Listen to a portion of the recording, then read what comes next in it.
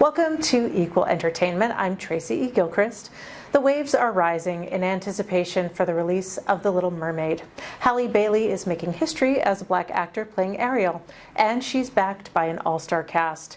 Out.com digital director Rafi Ermek caught up with the star. Ariel is one of the most iconic characters of all time.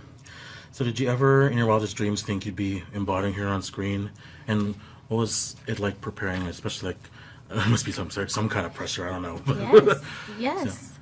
Honestly, I never thought that I was going to be able to play this role and let alone be this new version of Princess Ariel. I have always resonated with her. I've always loved her, all what she stands for. I thought she was just such a beautiful person, and knowing her future and her curiosity for the world above, I just, like all of us, were just enamored by her. So it truly felt like a miracle, and such joy and excitement just pulsed through me when I found out I got the role.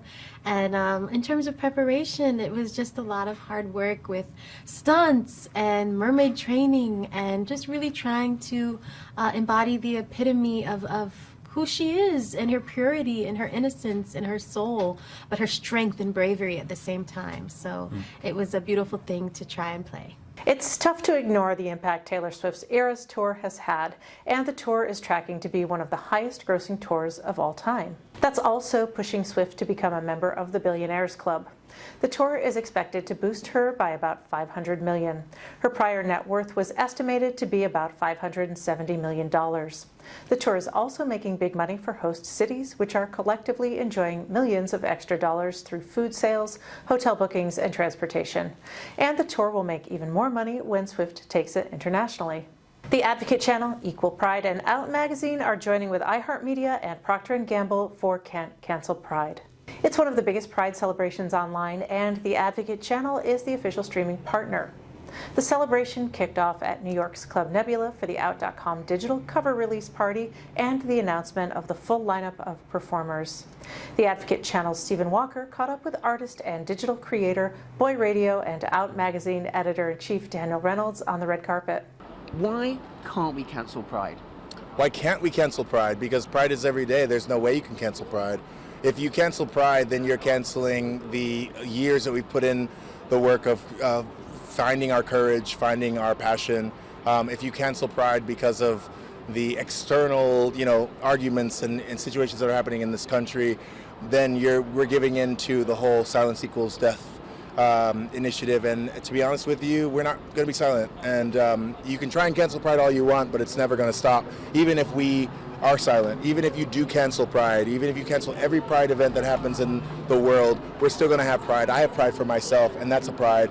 I don't need a parade. I can walk down the street in a suit and a Chipotle burrito, and I'm celebrating Pride. So you can't cancel Pride. It's not happening. So Daniel, what are you most excited for the Out readers to see in the latest edition?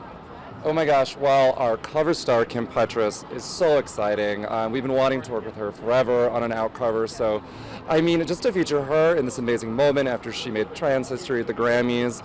She had an amazing new single with Nicki Minaj.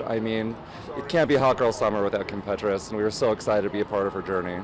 This year, Jojo Siwa is your Can't Cancel Pride host. Performers include Adam Lambert, Big Frida, Brandi Carlile, Ciara, Billy Porter, Haley Kiyoko, Kesha, and Kelsey Ballerini.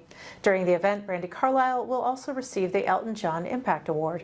Can't Cancel Pride has raised over $11 million in donations for LGBTQ+ groups since 2020. Can't Cancel Pride will stream live on the Advocate Channel June 15th at 8 p.m. Eastern and 5 p.m. Pacific. There are a lot of dating shows out there, but few are serving the LGBTQ+ community. That's all changing with the new Netflix reality series, The Ultimatum: Queer Love. It's putting queer stories and relationships at the forefront. 5 couples made up of women and non-binary people come together for 8 weeks to decide if they want to either marry, part ways, or choose new partners. I spoke with stars Ray and Mal about the stereotypes queer people face during dating, how to paint a more authentic picture, and more. Congratulations on The Ultimatum. Thank you. Yeah, and I think it's so important that queer women or AFAB people get this kind of representation. And there's this kind of stereotype that queer women, fall in love, U-Haul, and end up living with their cats forever. But as the ultimatum shows, that's not always the way things go. And I wonder if you would each talk a bit about what it means to you to kind of really lean into this more authentic way of looking at relationships. And I'll start with you, Mo. Ooh. I will tell you the process that they don't necessarily show is all the questions, the intense questions that we were asking each other in the beginning of dating, right? Yeah. Very, very, very intense questions, foundational questions to relationship the first 2 days in. So, I mean, I think that has helped a lot. I use those questions now. And what are some of the questions? I mean, we were talking about what do you value? What do your finances look like? Joint accounts, not joint accounts. Yeah. How do you deal with conflict? Yeah. Schools, raising children. Yeah. And so I find myself even asking these questions just in community, not in dating, but even in platonic relationships or with my parents and my family. Did you guys talk about this? And how do you guys feel about this now? Yeah, great. Well, thank you. And Lexi, what does it mean to you to kind of upend some of the tropes around these kinds of relationships? I think it's funny that you use the word lean in because it's something that I feel like I was saying every day when we were in the show itself. But it's just really immersing yourself and being authentic and trying something without the holdbacks. You really are in an experience where you just have to fully send yourself in and not you don't have time to take a second to stop because you were just you're go and figuring stuff out with strangers that you've never met, deciding who you want to live with for 3 weeks. Is this somebody I could fall in love with? And I think it's really important to look at how much all of us as a cast gave in that time period. For the most part, I'm really proud of what the cast did in terms of just feeling and growing and being vulnerable. That's such a huge thing. It makes the process work. It's harder for a process like this to work when people aren't being authentic. Yeah, incredible. It's hard to hold inauthenticity for that long also. So you always get caught. You always get caught. Yeah. I can imagine that's a lot of energy. Yeah. Yeah.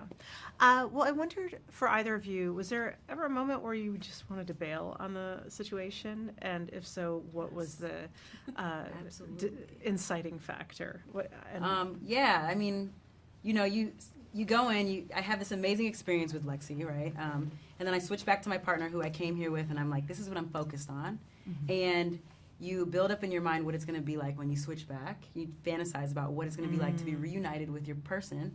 And in my case, it did not go the way that I thought it would go, right? And so you're like, whoa, the carpet's ripped out from under me. And as a partner, now I have to switch my mind and show up for you in ways that I didn't know I would have to, you know? Episodes of The Ultimatum Queer Love are streaming now on Netflix.